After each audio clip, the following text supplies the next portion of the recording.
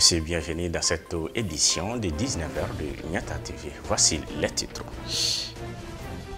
Échange fructueux ce vendredi matin entre le ministre de l'Éducation nationale et les acteurs de l'école malienne autour de la crise dans le système.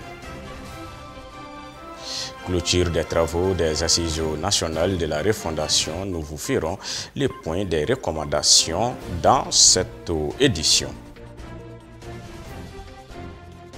Au Nigeria, Amnesty International s'inquiète des fermetures de camps de déplacés dans l'état de Borno.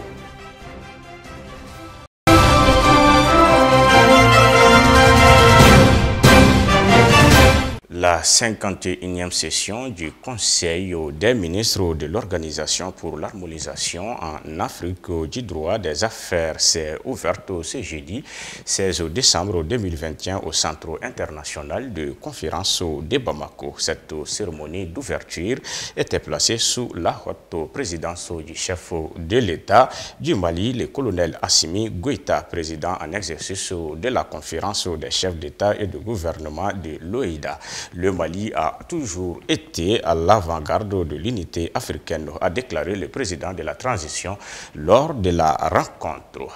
Suivons les commentaires avec Aïssata Maïga.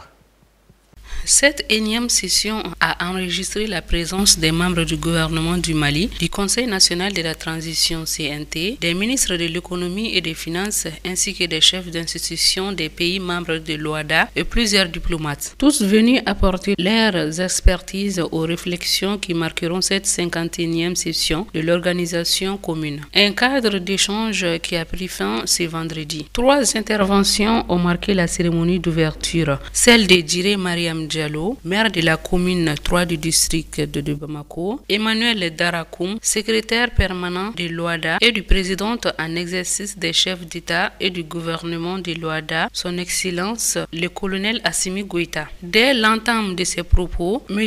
Darakoum a livré une analyse systématique de la présidence malienne à la tête de l'OADA. Selon ses précisions, plusieurs activités ont couronné ce mandat. Des activités visant surtout à stimuler les milieu des affaires au sein des 17 pays membres de l'organisation commune. Malgré les nouveaux défis auxquels ces pays sont confrontés, l'OADA évolue avec dynamisme, s'est réjoui le secrétaire permanent qui estime que c'est cet engagement qui vaut toute la confiance placée en cette organisation. Prenant la parole dans le cadre de l'ouverture des travaux de cette 51e session de l'OADA, le président de la transition, son Excellence le colonel Assimi Goïta, a indiqué dans son allocution que le Mali a toujours été à l'avant-garde de l'unité africaine, car, a-t-il précisé, seule l'union peut permettre à l'Afrique de relever de nombreux défis auxquels elle est confrontée.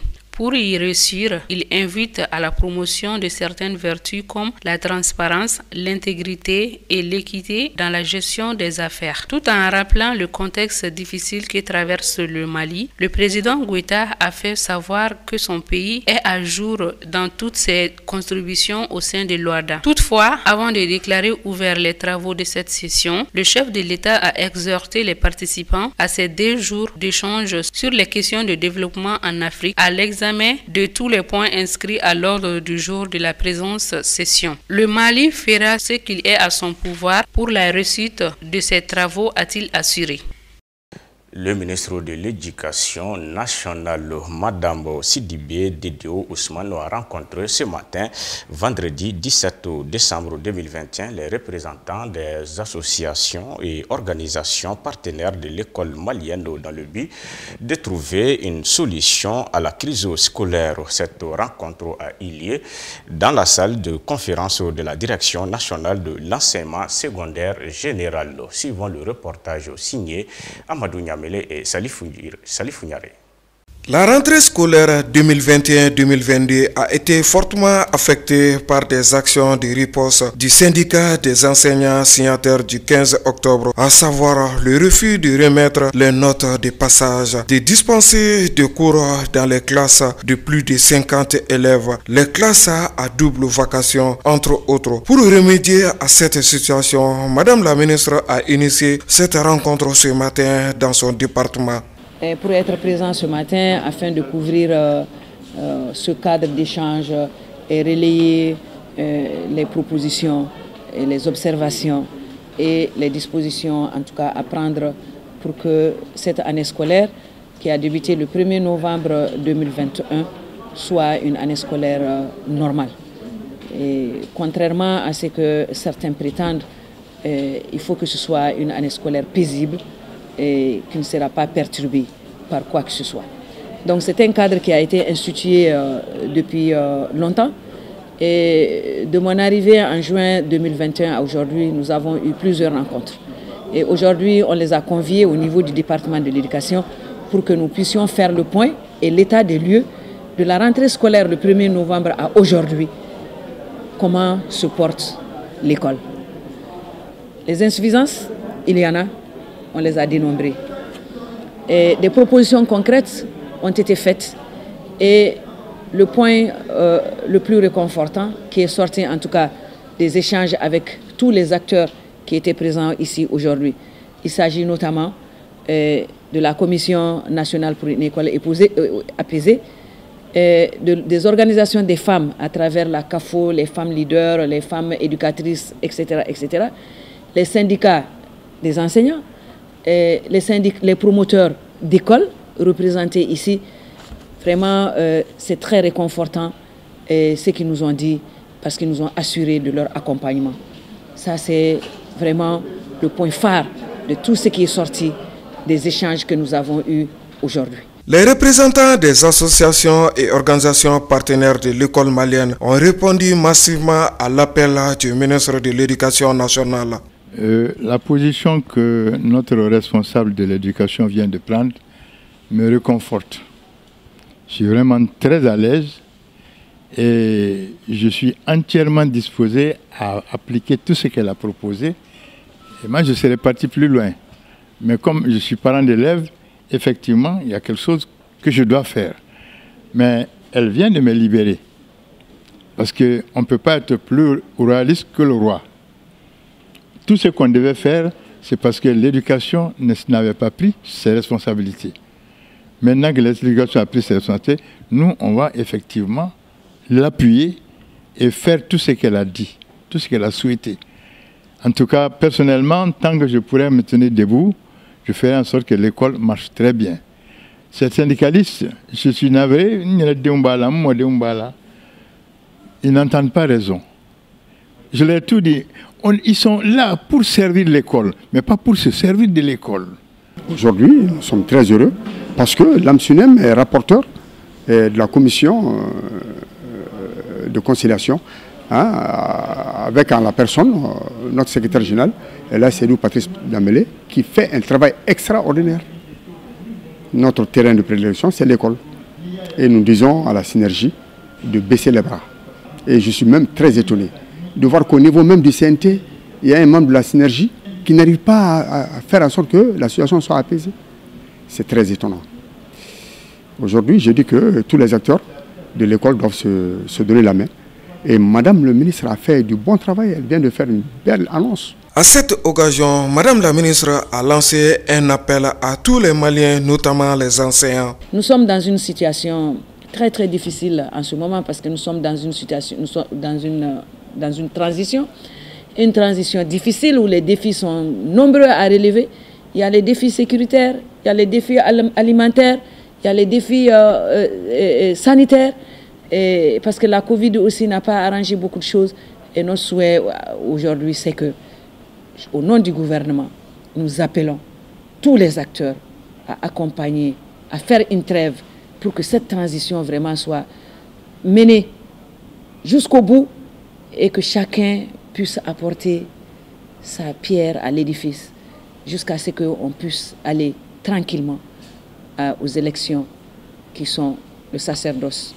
Après les assises de la refondation, qui aujourd'hui, on peut le dire, ont été une réussite, ont rencontré l'assentiment de la majorité des Maliens, que vraiment, sur le plan syndical aussi, qu'il y ait une trêve pour que le pays là soit apaisé, le climat social soit apaisé et qu'on sorte de la période exceptionnelle qui est cette période de transition.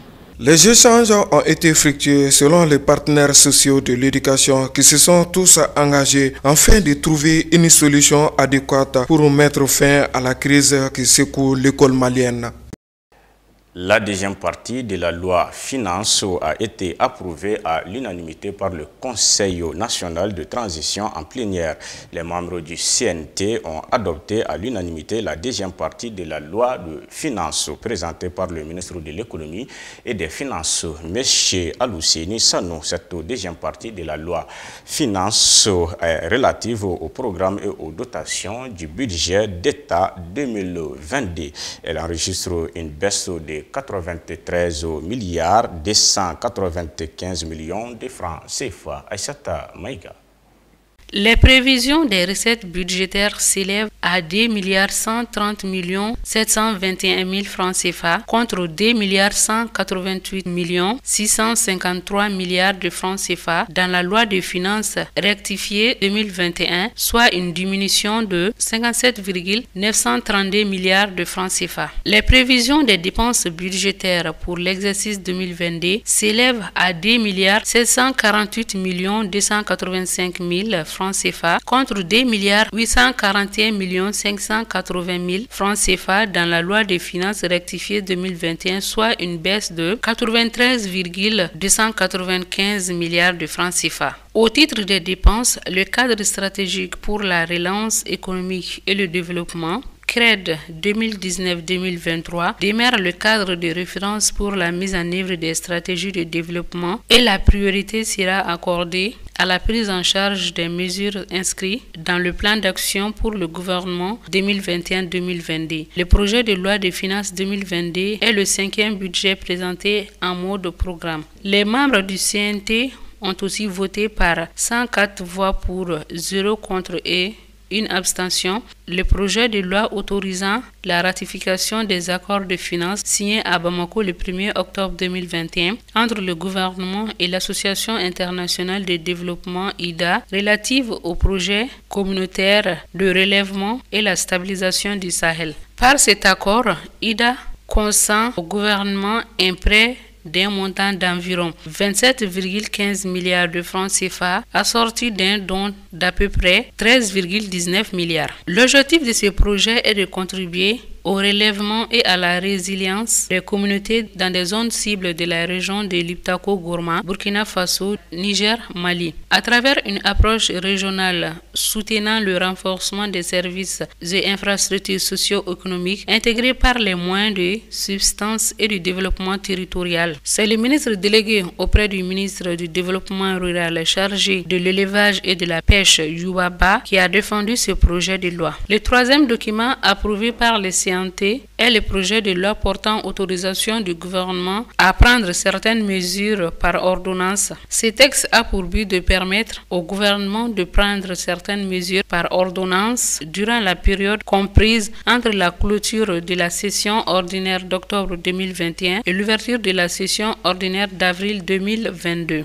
Dans ces projets de loi, l'autorisation demandée par le gouvernement portait sur les domaines de la création, de l'organisation et de contrôle des services et organisations publiques, ainsi que de l'organisation de la production. S'y ajoutent les statuts du personnel ainsi que les traités et accords internationaux. Les ordonnances sont prises en Conseil des ministres après avis de la Cour suprême. Elles entrent en vigueur dès leur adoption. Les assises nationales de la refondation des différentes communes du district de Bamako ont pris fin hier jeudi 16 décembre 2021. En commune 5, plusieurs regroupements de la société civile et tant d'autres organisations ont pris part aux annières. Des recommandations ont été reformulées dans l'amiable pour la mise en place d'un nouveau Mali. Suivons le reportage. Les assises nationales de la refondation du Mali qui ont pris fin dans toutes les communes rurales du Mali dès la semaine dernière. Ces mêmes assises ont démarré dans le district de Bamako le mercredi passé et qui ont fermé les portes ce jeudi 16 décembre 2021 partout à Bamako. À la fin de la rencontre qui décidera un avenir meilleur pour le Mali en commune 5, les organisateurs ont informé les Maliens sur le nombre de thématiques débattues et sur les recommandations des participants. Et nous sommes réjouis aujourd'hui d'être en atelier par rapport à 13 thématiques. Et les 13 thématiques, en réalité, il y a des groupes qui déjà, quand vous veniez, ont déjà fini. Ils sont en train déjà de faire le ramassage pour faire en sorte qu'il y ait le plénière. Et quand cela ne tienne, les deux autres groupes, il y en a qui sont aux 12e thématique, il y en a qui sont aux 10e thématique. Et en cela, nous sommes tombés d'accord pour aller vers quoi? L'aide à l'éducation, à l'enseignement, aux enseignants, la construction des salles de classe, pour le recrutement des enseignants, la réformation des enseignants et les élèves aussi, les accompagner pour que dans notre sous-région, le Mali soit en tête comme il a toujours été.